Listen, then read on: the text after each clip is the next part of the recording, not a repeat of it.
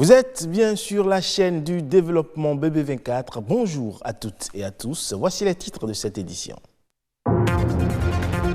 L'affluence habituelle des périodes de fête connaît une baisse cette année chez les couturiers et stylistes. Ils craignent pour leur chiffre d'affaires. Le constat dans quelques instants.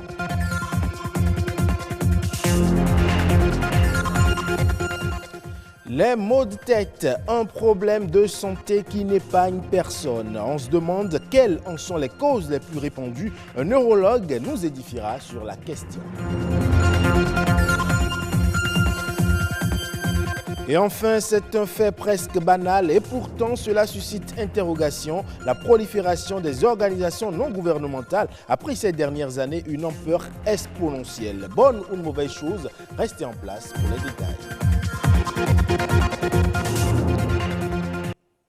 Bienvenue si vous nous rejoignez. Vous le savez sans aucun doute, les périodes de fête constituent pour les couturiers et stylistes une occasion rêvée pour améliorer leur chiffre d'affaires. Mais au niveau de certains stylistes et couturiers, le flux de la demande en cette période a connu une baisse drastiquement, contrairement aux années antérieures. Le constat est fait ici par Stanislas Linkmont. Ici, nous sommes dans un atelier de couture. Il sonne environ 20 heures. Roland vient retirer sa commande chez son couturier. C'est pour la fête, je l'ai déjà fait, juste qu'il y avait trop, une petite grosseur que j'ai demandé à diminuer. Depuis le matin, Roland est le premier client de ce styliste. À son niveau, il dit disposer de vêtements tout fournis, déjà confectionnés et prêts à la vente. Mais la demande a chuté. Il y a trop de différents dedans. Il y a trop. À ce temps maintenant, tu serais déjà fatigué. Tu serais vraiment fatigué. Aujourd'hui, un client ou deux clients va venir. Vraiment, ça ne va pas du tout. Ça ne va pas. Le temps est vraiment serré.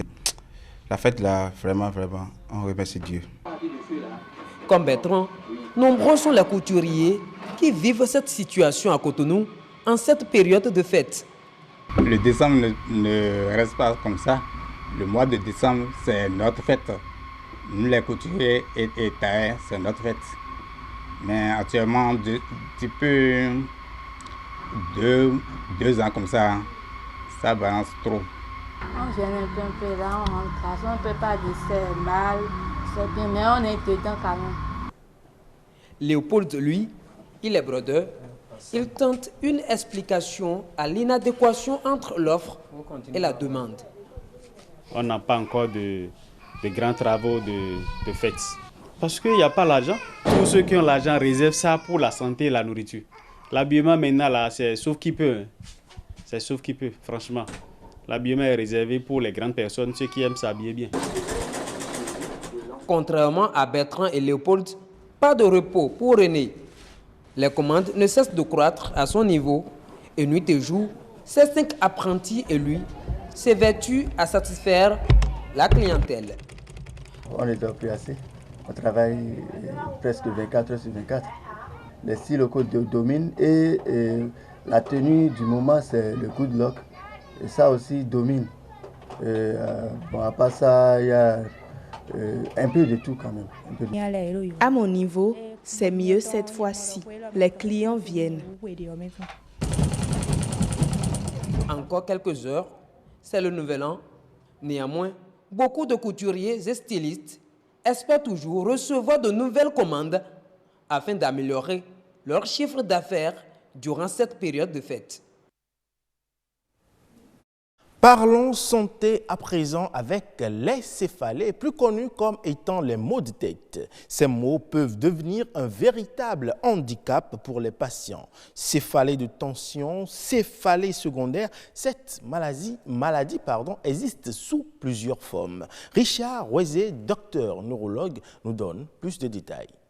Les céphalées, qu'on appelle communément mal de tête, sont des douleurs qui surviennent au niveau du crâne.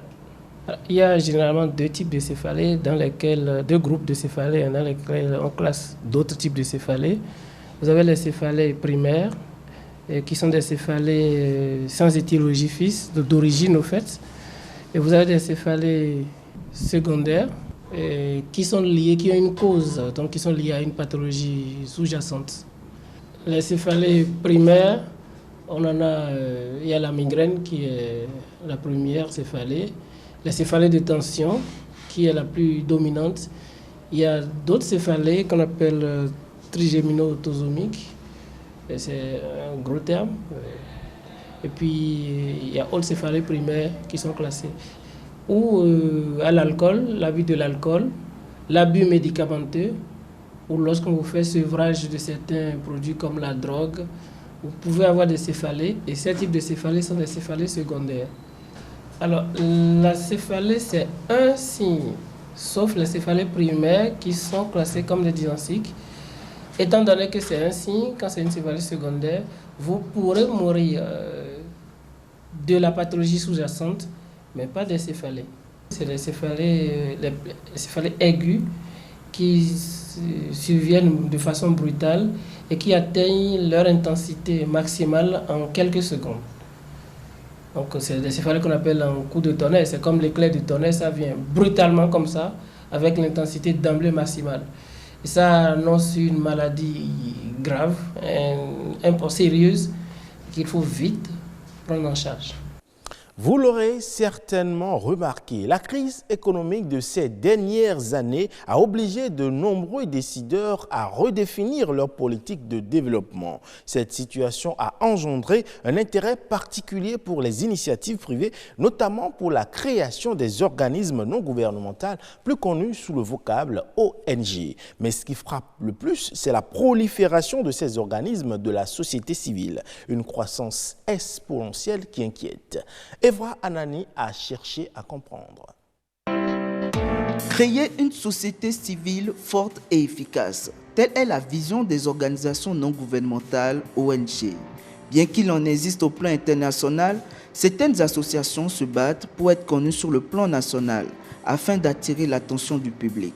La société civile organisée doit avoir sa place dans le Conseil des Nations. Et de mieux en mieux aujourd'hui, il est réclamé que la société civile puisse être mieux organisée et qu'elle puisse avoir un droit de regard sur tout ce que fait, premièrement, l'exécutif et tout ce que fait aussi l'opposition et tout ce que fait aussi la mouvance.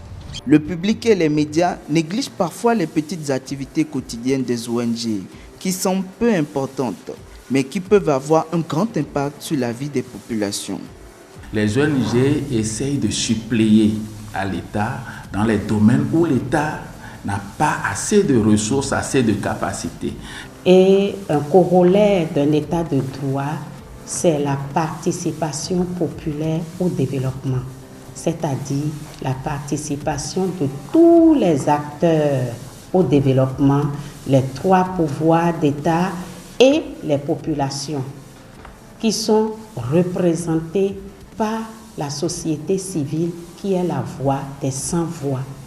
Pour certains acteurs, la prolifération des ONG serait nécessaire, voire indispensable pour assurer la veille citoyenne. Je pense que les ONG, il n'y en a même pas encore suffisamment pour couvrir tous les aspects. Et au Bénin, nous n'avons pas encore assez d'ONG. Et quand les ONG poussent, nous devrions les entretenir et non aller contre ces ONG, non. Chaque acteur a son rôle et sa partition à jouer. Donc, nous n'allons pas parler de prolifération outre mesure. Maintenant, dans toute équipe, il y a des brebis galeuses. Bon, donc, des ONG qui n'existent que de nom, je crois que ça n'engage qu'elles. Si l'utilité et l'importance des ONG n'est plus à démontrer, susciter l'envie chez les plus jeunes de mettre leurs compétences au service des ONG est encore souhaité. Une note culturelle à présent avec la sortie du film Innocente du Camerounais Franck Thierry. Il raconte l'histoire d'un sous-officier de gendarmerie qui se retrouve confronté à une affaire de double meurtre entre une adolescente et un politicien. Le long métrage a été diffusé en avant-première à Douala au Cameroun. Une année de production au service d'un film de qualité et riche qui dépeint les réalités camerounaises. C'est le défi que s'est fixé le réalisateur du long métrage Innocent, Franck Thierry Léa Malé. À travers ce film d'1h40, le cinéaste a décidé de rendre hommage à la justice camerounaise. Ça parle de Joséphine Bouncha, qui est une jeune sous-officier de gendarmerie qui, malgré le fait qu'elle a des problèmes de famille, notamment son foyer qui bat de l'aile, va devoir rester assez concentrée pour gérer une enquête de double tentative de meurtre. Le film présente de jeunes talents qui, grâce à leur détermination et à leur travail acharné, ont pu montrer un visage réel du Cameroun. Parmi les acteurs, on retrouve Tatiana Matip, Virginie et Anna, qui est heureuse d'avoir donné une image positive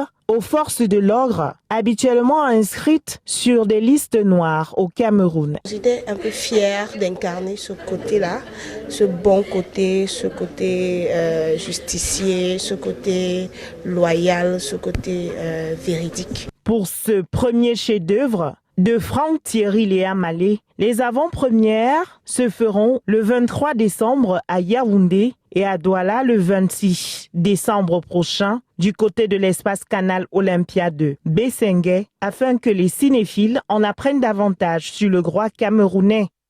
En nouvelle brève à présent, au Malawi, le Fonds international de développement agricole a signé un accord de financement de plus de 41 milliards de francs CFA au profit du programme de transformation de l'agriculture par la diversification et l'entrepreneuriat. Cette initiative vise à améliorer la commercialisation de la production de l'agriculture familiale par le biais du renforcement de l'accès au marché. Elle entend également booster la productivité agricole tout en contribuant à l'adaptation des exploitants au changement climatique. Le projet cible particulièrement 7 produits de base que sont le soja, le miel, la viande bovine, la pomme de terre, le tournesol, l'arachide et les produits laitiers. Et c'est la fin de cette édition. Merci pour votre aimable attention. Le programme se poursuit sur BB24.